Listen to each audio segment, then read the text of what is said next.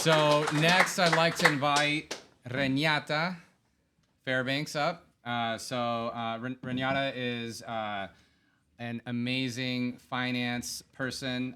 She actually, in full disclosure, works with Niftmint on our finances, and so I would highly recommend her. But I always appreciate her insight and on it, like her operational mind and how she organizes things. So thank you for joining us.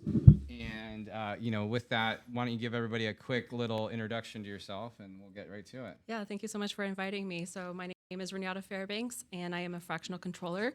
I am a manager at Armanino, but whatever I say today does not represent the company. I think I joined TF Labs, like your community, back in 2022. I don't know, time moves really fast for me. So I started off as a blockchain accountant, and so that's why I'm here. I love cryptocurrency. I love to represent the people. So nice. Yeah, it's good to be here. Awesome. So, as someone who is thinking about blockchain from a finance and accounting standpoint, what are just some basic housekeeping or things that, people building in this space should be thinking about? Yeah, I think last year when we had this conversation during the SVB crisis, I mentioned that compliance is going to be huge, and I think that's something that I actually predicted that went into fruition in 2023. I think more and more clients are focused on compliance, and it's music to my ears. It's not only because I want to work for the IRS, I just want to protect you. I don't want you to go to jail. I don't want you to deal with the bureaucratic burdens that they're going to impose on you, because that is just time taken away from productivity ultimately. So continue with your compliance initiatives. And what are some things that founders should be doing to do that? Is it documentation? Is it working with someone like yourself? What are some things that they can be doing to make sure that they are remaining compliant? Yeah, I'd say, if you're not able to afford an accountant at the moment, just make sure that you set up a shoebox. I actually owe you one to just throw all of your receipts in. I'd say I own every single one of my receipts from 2013. I can account for every single one of them. So if you can do that for yourself, I'm not saying, like keep every single receipt like you're an accountant, but I think you should definitely try.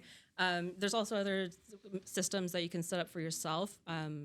I'd say just like, whatever paper trail you have can be used against you, and it can also be used for you. So the more paper trails you have on hand, the better. And of course, if you can find somebody to work with like me, that would be the optimal thing for you to do. But understandably, if you ever have any questions on how to improve your compliance, you can reach out for me for any questions, and I'll put you on the right path.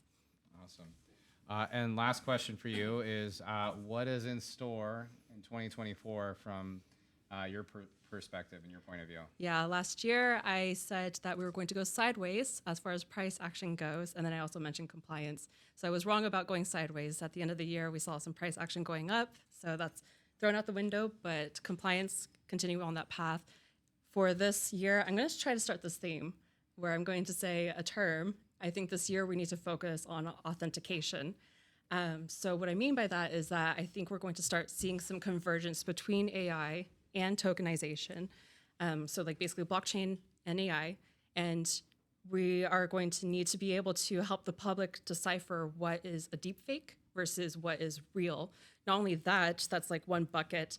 We also need to protect our own IP. So like, how do we prove that we were a contributor towards a huge project? So I think that's where tokenization will really kick in and ultimately authenticate products overall. Love it. Thank you so much, Renatta. Thank you.